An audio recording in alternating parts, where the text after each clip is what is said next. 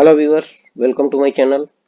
में 20 लगभग 20 प्रश्न हमने यहाँ प्रस्तुत किया है, किंतु इन पुस्तकों से संबंधित प्रतियोगी परीक्षाओं की दृष्टि से सैकड़ों प्रश्न बनते हैं। आपको बेसिक जो फैक्ट्स हैं वो आपको पता होना चाहिए। चाहे भी कोई भी प्रश्न आपसे पूछा जाएगा, आप उसका उत्तर दे सकते हैं। तो अब जो प्रैक्टिस क्वेश्चंस है उसकी संक्षेप में चर्चा कर लें।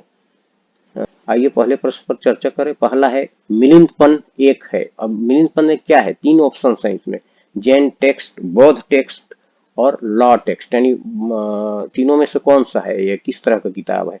ये इसमें इसका सही उत्तर है बी, बौद्ध ग्रंथ है ये मिलिंदपन, बौद्ध ग्रंथ, बौद्ध टेक्स्ट। सेकेंड है पंचतंत्र किस काल की रचना है? हमने अभी देखा है पहले पुस्तकों की चर्चा में, पंचतंत्र गुप्त पीरियड की रचना है, गुप्तकालीन रचना है पंचतंत्र। नेक्स्ट है कलीला व दिमना निम्नलिखित में से कौन सी पुस्तक का अरबी अनुवाद है? तीन ऑप्शंस है इसमें, रामायण, महाभारत और पंचतंत्र। इसका उत्तर है, सही उत्तर है पंचतंत्र, सी।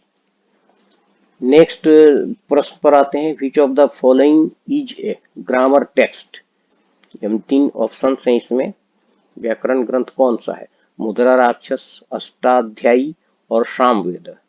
तो इसका सही उत्तर है बी, अष्टाध्यायी। अष्टाध्यायी एक व्याकरण ग्रंथ है। नेक्स्ट है पांचवा प्रश्न है, भारत का राष्ट्रीय गीत वंदे मातरम कहाँ से लिया गया है? यानी तीन ऑप्शन है, तीन पुस्तक है इसमें, गीतांजलि, आनंद मठ और यजुर्वेद। इसका सही उत्तर है बी, आनंद मठ। आनंद मठ में इस वंदे मातरम राष्ट्रीय गीत जो है उसका पूरा उल्लेख है, वहीं से लिया गया है। नेक्स्ट है निम्नलिखित में से कौन सी पुस्तक आर्थिक विचारधारा के इतिहास में क्रांतिकारी ग्रंथ कहा गया है? है वेल्थ ऑफ नेशंस और दूसरा है अर्थशास्त्र। तो इसका सही उत्तर है, कहा गया है वेल्थ ऑफ नेशंस। नेक्स्ट है सातवां, the book Gitanjali written by, Gitanjali किसके द्वारा लिखी गई पुस्तक है? तीन ऑप्शन है, लाला लाजपत राय, रविन्द्रनाथ टैगोर और एम के गांधी। तो इसका सही उत्तर है बी, रविन्द्रनाथ टैगोर। गीतांजलि रविन्द्रनाथ टैगोर की रचना है। इसमें 1913 में साहित्य का नोबेल पुरस्कार भी दिया गया है, और आपको याद रखना है, इंपॉर्टेंट प्रश्न है।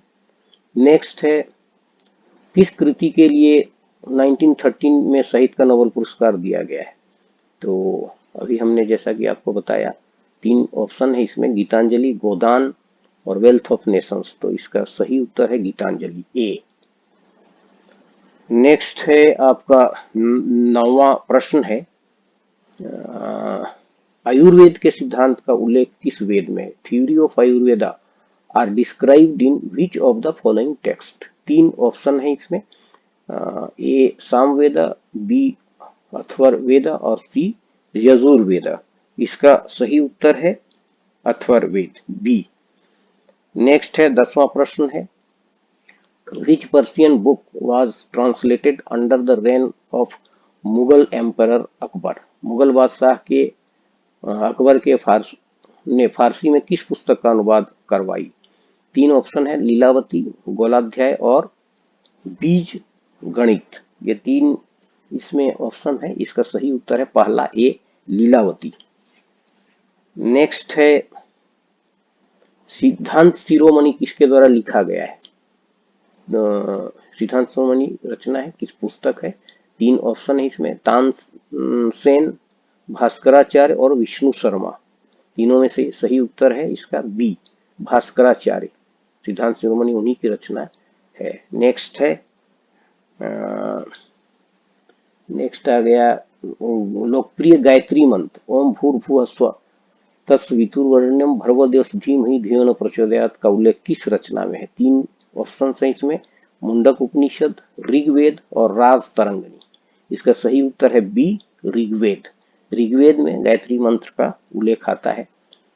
नेक्स्ट है निम्नलिखित में से किस नदी का नाम वेदों में नदी तमा है? वेदों में कई नदियों का उल्लेख आया है, उसमें एक नदी का उल्लेख आया है जिसे नदीतमा कहा गया है। अब इसका सही उत्तर है, तीन ऑप्शंस हैं, पहला गंगा, ए में गंगा है, बी सरस्वती और सी यमुना। इसका सही उत्तर है बी सरस्वती। सरस्वती को नदी तमा यानी पवित्र नदी की संज्ञा दी गई है। नेक्स्ट है, 10 राज्य युद्ध का उल्लेख किस रचना में किया गया है? तीन ऑप्शन हैं इसमें, ए महाभारत, बी राजतरंगिणी और सी ऋग्वेद। इसका सही उत्तर है ऋग्वेद, ये तो मतलब सी।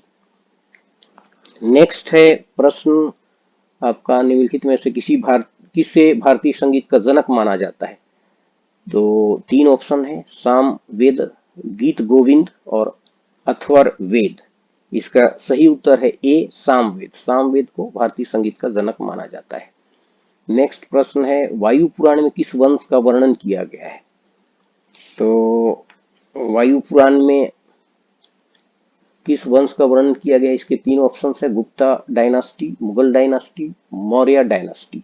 इसमें आपका सही उत्तर है ए गुप्ता डायनेस्टी। गुप्त वंश का उल्लेख वायु पुराण में किया गया है। नेक्स्ट है 17वां प्रश्न है ये, राष्ट्रीय चिन्ह में सत्यमेव जयते शब्द निम्नलिखित में से किस पुस्तक से लिया गया है? इसमें तीन ऑप्शन है, ऋग्वेद, रामायण और मुंडक उपनिषद। तो सत्यमेव जयते हमारे राष्ट्रीय चिन्ह में अंकित है और यह लिया गया है मुंडक उपनिषद से। इसका सही उत्तर यानी सी है। नेक्स्ट है, नकीब खान मुल्ला अब्दुल कादर और शेख सुल्तान थानेश्वरी द्वारा फारसी में किस पुस्तक का अनुवाद किया गया है? तीन ऑप्शन है, हुमायूं नामा, बाबर नामा और रामायण।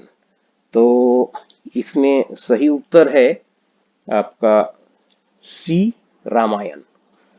नेक्स्ट है, निम्नलिखित में से कौन सी पुस्तक 12वीं शताब्दी के कश्मीर के राजाओं का क्रमिक विवरण देती है? तीन ऑप्शन है इसमें, मिलिंदपन, राज तरंगिणी और ग्लिम्सेस ऑफ वर्ल्ड हिस्ट्री।